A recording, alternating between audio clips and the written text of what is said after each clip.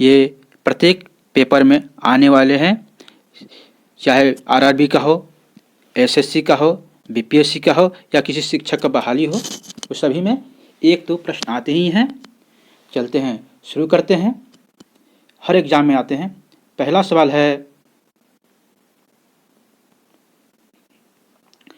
भारत की तीनों सेनाओं का प्रधान सेनापति कौन होता है? जी हाँ, तो राष्ट्रपति जी महोदय होते हैं। आगे दूसरा नंबर, किसी भौगोलिक क्षेत्र को अनुसूचित क्षेत्र घोषित करने का संवैधानिक अधिकार है, मतलब किससे अधिकार प्राप्त है अनुसूचित क्षेत्र घोषित करने का? जी हाँ, कौन सा? भौगोलिक क्षेत्र को, किसी भी भौगोलिक क्षेत्र को अनुसूचित क्षेत्र घोषित करने का संवैधानिक अधिकार किसे प्राप्त है? तो राष्ट्रपति जी महोदय को प्राप्त है। ठीक है, आगे तीसरा नंबर, भारत का राष्ट्रपति अपना त्यागपत्र देना चाहे तो किसे देगा?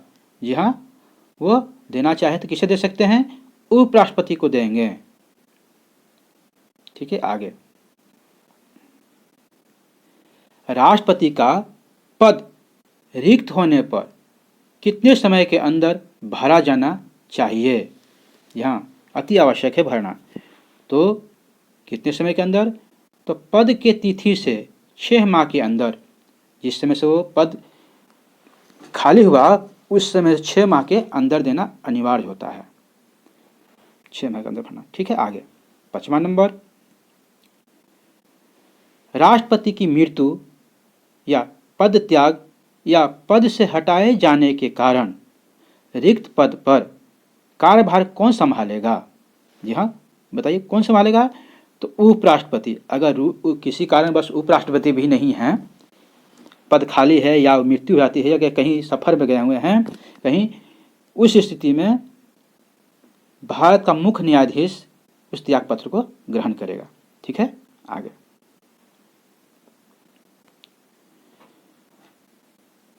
अब तक राष्ट्रपति का कार्यभार संभालने वाले भारत के एकमात्र मुख्य न्यायाधीश कौन है? जी हाँ, अगर नहीं है तो कहते हैं 6ठा नंबर, अब तक राष्ट्रपति का कार्यभार संभालने वाले भारत के एकमात्र मुख्य न्यायाधीश कौन है?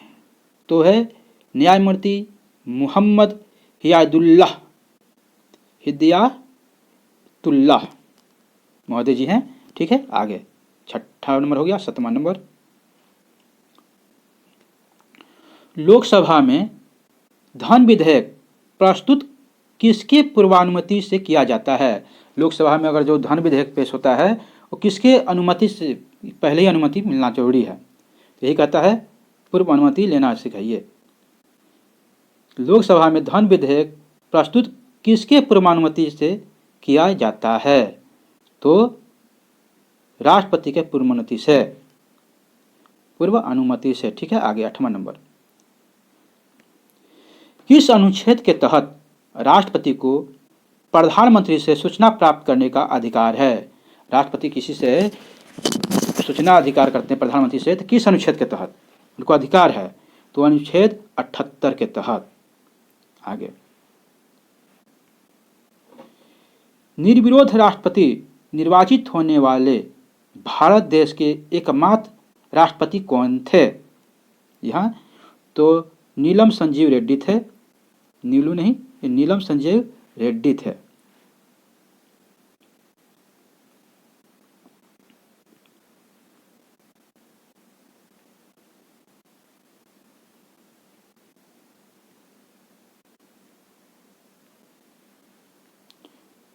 नीलम संजीव रेड्डी थे। ठीक है, आगे 10वां नंबर,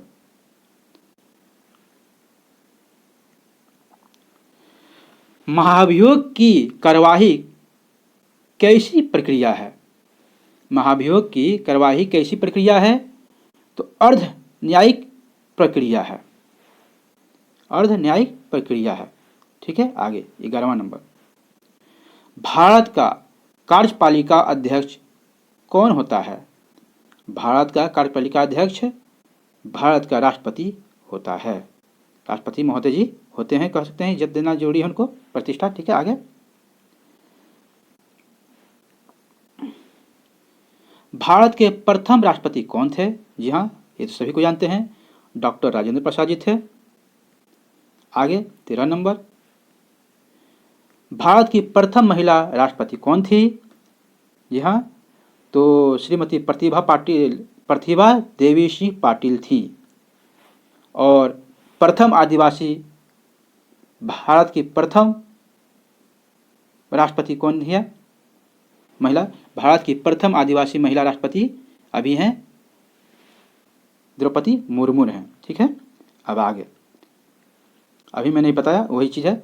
भारत के वर्तमान राष्ट्रपति कौन हैं? तो द्रौपदी मुर्मू जी हैं। ठीक है, द्रौपदी मुर्मू जी हैं। आगे 15 नंबर, दिल्ली और पुडुचेरी विधानसभा के निर्वाचित सदस्यों को राष्ट्रपति के निर्वाचित मंडल में किस संशोधन के द्वारा शामिल किया गया?